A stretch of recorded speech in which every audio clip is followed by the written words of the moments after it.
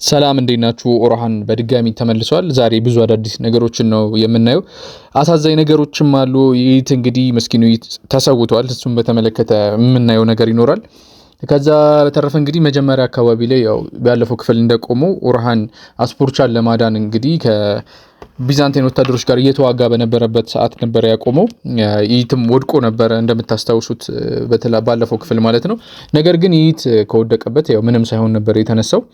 ከፋጡማ ጋር ነበር። ፋጡማ እንዳጋጣሚ ባጠገቡ ስታልፍ መሞቱ መስሏት ነበር። መውደቁን ስታይ ስግብግብነት ነው አንተን ያስገደለህ ምናምን በምትልበት ወቅት ይት እንዲህ በቀላሉ አልሞትም ብሎ ተነስቶ ያው ሊመጣጠኑ አይችሉም ሁለቱ መቼም። ያው እሷን ጎራዴውን አስጥሎ እጇን የሆነ ቦታ ብዙም ባይሆን ጎርቷት ነበረ። ነገር ግን ያው ከዚህ በኋላ ያው አንቺን እያደንኩ ነው የምኖረው፣ ሁለታችሁን ዛሬ ባይሆን እገላችኋለሁ፣ በፍርሃት ነው የምትኖሩት በማለት ይት ትቷቸው ሄዷል። ከዛ ወጥቷል ማለት ነው ከጌምሊክ ቤተመንግስት። በግርግር እንግዲህ ጌምሊክ ቤተመንግስት የኦርሃን ሆኗል ማለት ነው፣ በኦቶማኖች ስር ሆኗል። ምክንያቱም ሙሉ ለሙሉ ድል አድርገዋል። አንድሪያስም ኮማንደሩ ሊያፈገፍግ ችሏል። ምክንያቱም ምንም አይነት ምርጫ ስላልነበረው አፈግፍጓል ማለት ነው። ከዚህ በተጨማሪ አንድ አዲስ ካራክተር ገብታለች። የእሷ የቅርብ ወዳጅ ናት። ያው ማንነቷን በግልጽ አልተናገሩም። ነገር ግን ያው አንድሪያስ የቅርብ ወዳጅ የሆነች አንድ ሴት እንግዲህ ቀስተኛ ሴት ገብታለች ፊልሙ ላይ ማለት ነው። ከዚህ በተጨማሪ እንግዲህ ወደ ኦርሃን ወደ ቤተመንግስታቸው ወደ ቡርሳ ተመልሰዋል። ወደ ቡርሳ ከተመለሱ በኋላም በመጀመሪያ ያደረጉት ነገር ምንድነው? እንዴት ነው እነ ሻሂ ሻምቤን ላደረጉት ነገር ዋጋ የምናስከፍላቸውና ቅጣት የምንቀጣቸው የሚለውን ነበር ያሰቡት። በዚህም የተነሳ እንግዲህ ከዚህ በፊት ሲያደርጉ እንደነበረው ኑሱል ወይም ደግሞ ኢንጂነራቸው ማማ እየገነባ የነበረውን ኢንጂነር የነሻሂ ሻምቤ ጎሳ የተገነባበት ቦታ የራሳቸውን አዲስ የመሰረቱት ቦታ ለስልታዊ ለወታደራዊ ስልት ተብሎ ኮረብታ ጫፍ ላይ ነው የገነቡት። ይሄም ጠላት ከጀርባ እንዳይመጣ ያግዛቸዋል ማለት ነው። ከፊት ለፊት ያለውን ወሰን ብቻ ይጠብቃሉ ማለት ነው። በዛ መልኩ ነበር የተገነባው። ነገር ግን ኦርሃን ኑሱልን አዞት ነበረ ሁለቱን ኮረብታዎች የሚያገናኝ ድልድይ እንዲሰራለት ማለት ነው። ይህም በቀላሉ ወደ ነሻሂ ሻምቤ ጎሳ እንዲገቡ ያግዛቸዋል። ይህንንም ኑሱል እንግዲህ በሁለት ቀን ጊዜያት ውስጥ ነበረ እንዲሰራለት ያዘዘው ኦርሃን በሁለት ቀን ጊዜያት ውስጥ አድርሶለታል ማለት ነው። ስለዚህ እነ ኦርሃን እንግዲህ ያቀዱት ምንድነው? በአቋራጭ በዛ በኩል ገብተው ጎሳውን መቆጣጠር ይችላሉ። ያንን ለማድረግ ነበር ያቀዱት ማለት ነው። ከዚህ በፊት ግን የመህመድ ቤይን ወይም ደግሞ የአላዲን ሚስት የሆነችዋን እንግዲህ የሷ ወንድም ነው እንደምታውቁት መህመድ ቤይ። እሱን ዝምድናም ስላላቸው እንዲሁም ከሌሎች በተለያየ መንገድ ይሻላል ብሎ ስላሰበ ወደ ቤተ መንግስት ጠርቶ እሱን ለማናገር ነበር ሀሳቡ። በዚህም የተነሳ እንግዲህ ለመሄድ እንዳያመነታ በማለት እንደ መያዣ እንዲሆን ከወታደሮቹ አንዱ የሆነውን ቻርኩታይ ቤይን ኦርሃን እዛው እነሱ ጋር እንዲቀመጥ እንደ መያዣ እንዲሆን ማለት ነው። ከዛ ደግሞ መህመድ ወደ ቡርሳ እንዲመጣ አድርጎ ነበረ።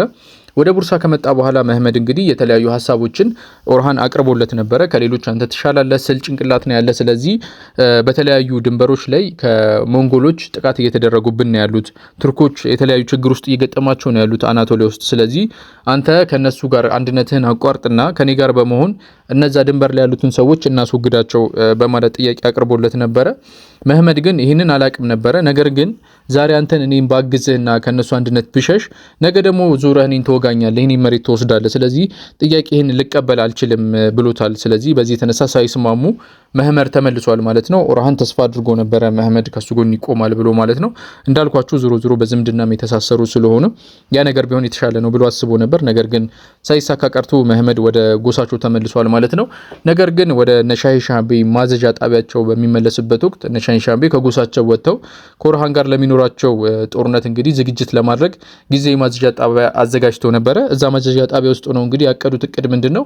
የተለያዩ ነዳጆችን ጫካ ውስጥ በማርከፍከፍ እንደ ባሩድ አይነቶችንም በመጠቀም ማለት ነው የኦርሃን ጦር ወደ ጫካው እንዲገባ መጎተት ነው እንግዲህ ማለት ያው የተወሰነ ይገጥሙትና ልክ ሲያፈገፍግ ወደ ጫካው ይገባል ማለት ነው የኦርሃን ጦር። ከዛ በኋላ ሙሉ ጫካውን ሊለኩሱና መውጫ ላይ ያሳጡት፣ መውጫው ላይ ደግሞ እየጠበቁ የተረፉ ወታደሮችን ሊጨርሷቸው አይነት ነበረ ሀሳባቸው ማለት ነው።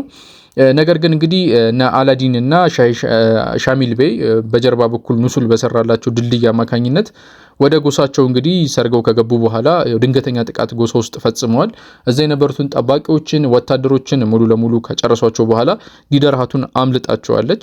እሷ ከመለጠች በኋላ እንግዲህ ሙሉ ዜናው እነ ሻሂ ሻምቤ ጊዜ ማሰሪያ ያዘጋጁት ማዘዣ ጣቢያ ነበር እንደነገርኳችሁ። እዛ ማዘዣ ጣቢያ ውስጥ እንግዲህ መተው ወታደሮች ጎሳችን ሙሉ ለሙሉ ጥቃት ተደርጎበታል፣ ወታደሮች ተገለውብናል በሚሉበት ወቅት እዛ የነበሩት ወታደሮች ሙሉ ለሙሉ ወኔያቸው ከዳቸው ማለት ነው። ወደ ጎሳቸው ለመሄድ ፈለጉ ማለት ነው። ሸሽተው ፈረጠጡ። ሊያስቆሟቸው ቢሞክሩም ይይትና ሻሂ ሻምቤ ሊያስቆሟቸው አልቻሉም ማለት ነው። በዚህም የተነሳ እንግዲህ መሐመድ ቤይ ለደሚርሃን አንድ ሀሳብ አቀረበለት። እዚህ ውስጥ ሁላችንም ማለቃችን ነው፣ ከኦርሃን ልናመልጥ አንችልም። ኦርሃን ምንም ያክል ጠላታችን ቢሆንም እንኳን ስል ጭንቅላት ያለው ሰው ነው፣ የጎራዴውን ያክል ጭንቅላቱን መጠቀም ይችላልና ወደ ሞቱ ዝም ብሎ እየጋለበ የሚመጣ አይነት ተራ ሰው አይደለም እሱ። ስለዚህ ከዚህ ነገር ራሳችንን ብናገል መልካም ነው ብሎት ነበረ። ደሚርሃንም ሁኔታውን እናይና እየተሸነፈን የምንሄድ ከሆነ ሙሉ ለሙሉ እኛ ከጫካው ከወጣን በኋላ እሳቱን እንለኩሰዋለን። ያ ማለት ሻሂሻህና ወታደሮቹ እንደውም እነ ኦርሃን ባሉበት ውስጥ ማለት ነው እንለኩሰዋለን በማለት ተስማሙ ማለት ነው። እነ ኦርሃን እንግዲህ ማታን ተገን አድርገው ነው ጥቃት ለማድረግ ያሰቡት የነበረው። ስለዚህ ሲመሽ ጥቃት ሰነዘሩ ማለት ነው። በዚህም የተነሳ እንግዲህ የነሱን አመጣጣቸውን ያስተዋሉት ወታደሮች የሻሂ ሻምቤ ወታደሮች ለመሸሽ ተገደዋል ማለት ነው። ምክንያቱም መጀመሪያ ላይ ጎሳቸው ላይ ጥቃት ተደርጓል። ስለዚህ የኦርሃንን አስፈሪነት ቀድመው የተረዱ ስለነበሩ ሸሽተው ለማምለጥ ሞክረዋል ማለት ነው። ይህንንም ለማስቆም ይይትና ሻሂ ሻምቤ ሊያበረታቷቸውም ሊይዟቸውም ቢሞክሩ ሊያስቆሟቸው አልቻሉም። ይይት እነሱን አስመልሳለሁ ብሎ ወደ ጫካው ገብተዋል ማለት ነው። በዚህም የተነሳ እንግዲህ ፍልሚያው ሚዛኑ ወደ ኦርሃን እያጋደለ መጣ። ሙሉ ለሙሉ በሚባል ሁኔታ የሻሂ ሻምቤ ወታደሮች እየተገደሉ ስለነበረ እነ መሐመድ ይሄን ካስተዋሉ በኋላ ያው እንግዲህ ሻሂ ሻምቤን ማጣቱ ቢያስከፋቸውም ነገር ግን ኦርሃንን እዛ መግደል የነበራቸው አማራጭ እሱ ስለነበረ ጫካውን እነሱ ውጭ በነበሩበት ለኩሰውታል ማለት ነው።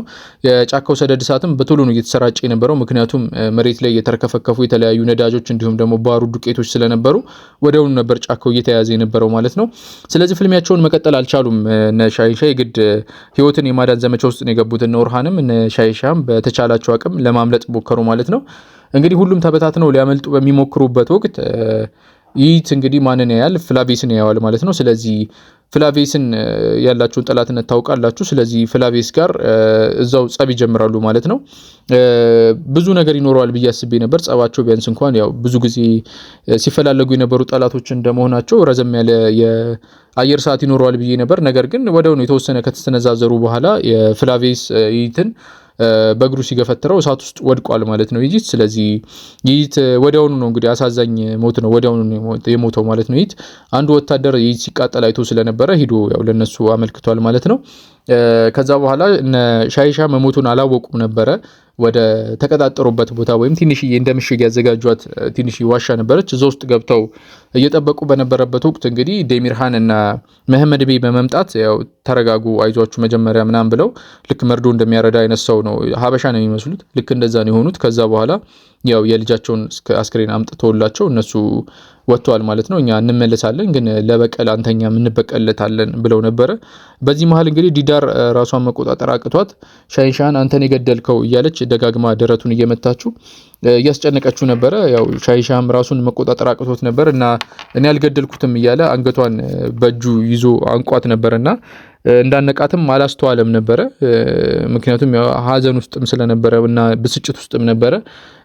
ከዛ በኋላ ደግሞ ዲዳር ያው ትልቅም ሰው እንደመሆኗ ያው እጁ ላይ እንግዲህ ልትሞት ትችላለች ማለት ነው። ያው ለነዚህ ቤተሰቦች በጣም የሚያሳዝን ቀን ነበረ ዛሬ ያሳለፉት ማለት ነው።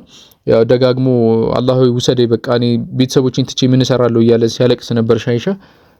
እና የሻሂ ሻህ ቀጣዩ እርምጃ እንግዲህ እብደት የተሞላበት ነው ሊሆን የሚችለው። እንግዲህ ምን አይነት ገጸ ባህሪ ሊኖረው እንደሚችል ለማሰብም ትንሽ ያስቸግራል።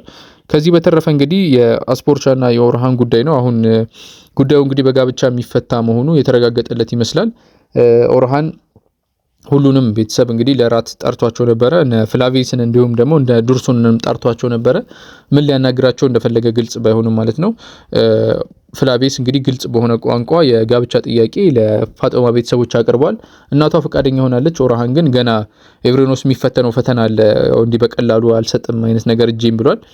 በመጨረሻም እንግዲህ ለሀገራችን ሰላም ስንል ለሀገራችን ደህንነት ስንል መስዋዕትነት መክፈል አለብን ካለ በኋላ የሁለቱ ጋብቻ የግድ መሆን እንዳለበት ምክንያቱም በሮሞችና በእነሱ መካከል ሰላምን ለማስፈን ጌምሊክ ውስጥና የኢዝኒክ ውስጥ የእነሱ ወታደር በሰፊው እንዲሰፍር ይህንን ጋብቻ ማድረግ እንዳለባቸው ያው በግልጽ ተናግሯል ማለት ነው። ሙሉ ለሙሉ ፊልሙ ያበቃው ልክ ይህንን ንግግር ሲናገር ነው።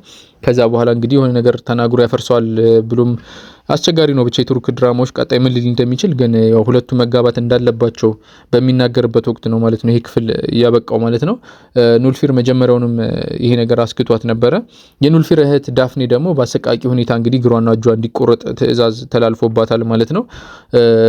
ኑልፊር ያው እህቷ መሆኗን መጨረሻ ላይ መካድ አልቻለችም። ያው ይህንን ዜና ሄዳ ለዳፍኔ ስትነግራት እያለቀሰች ነበር የነገረቻት እና ዳፍኔም እዚሁ ግደኝ ይሄ ሁሉ ስቃይ ከሚደርስብኝ አይነት እያለቻት ነው ኑልፊር ትታት የሄደችው ማለት ነው። ስለዚህ የዛሬው ክፍል እንግዲህ ይህን ነገሮችን እየዳሰሰ ነው። ቀጣይ በአዲስ ክፍል እንመለሳለን። መልካም ቀን ይሁንላችሁ።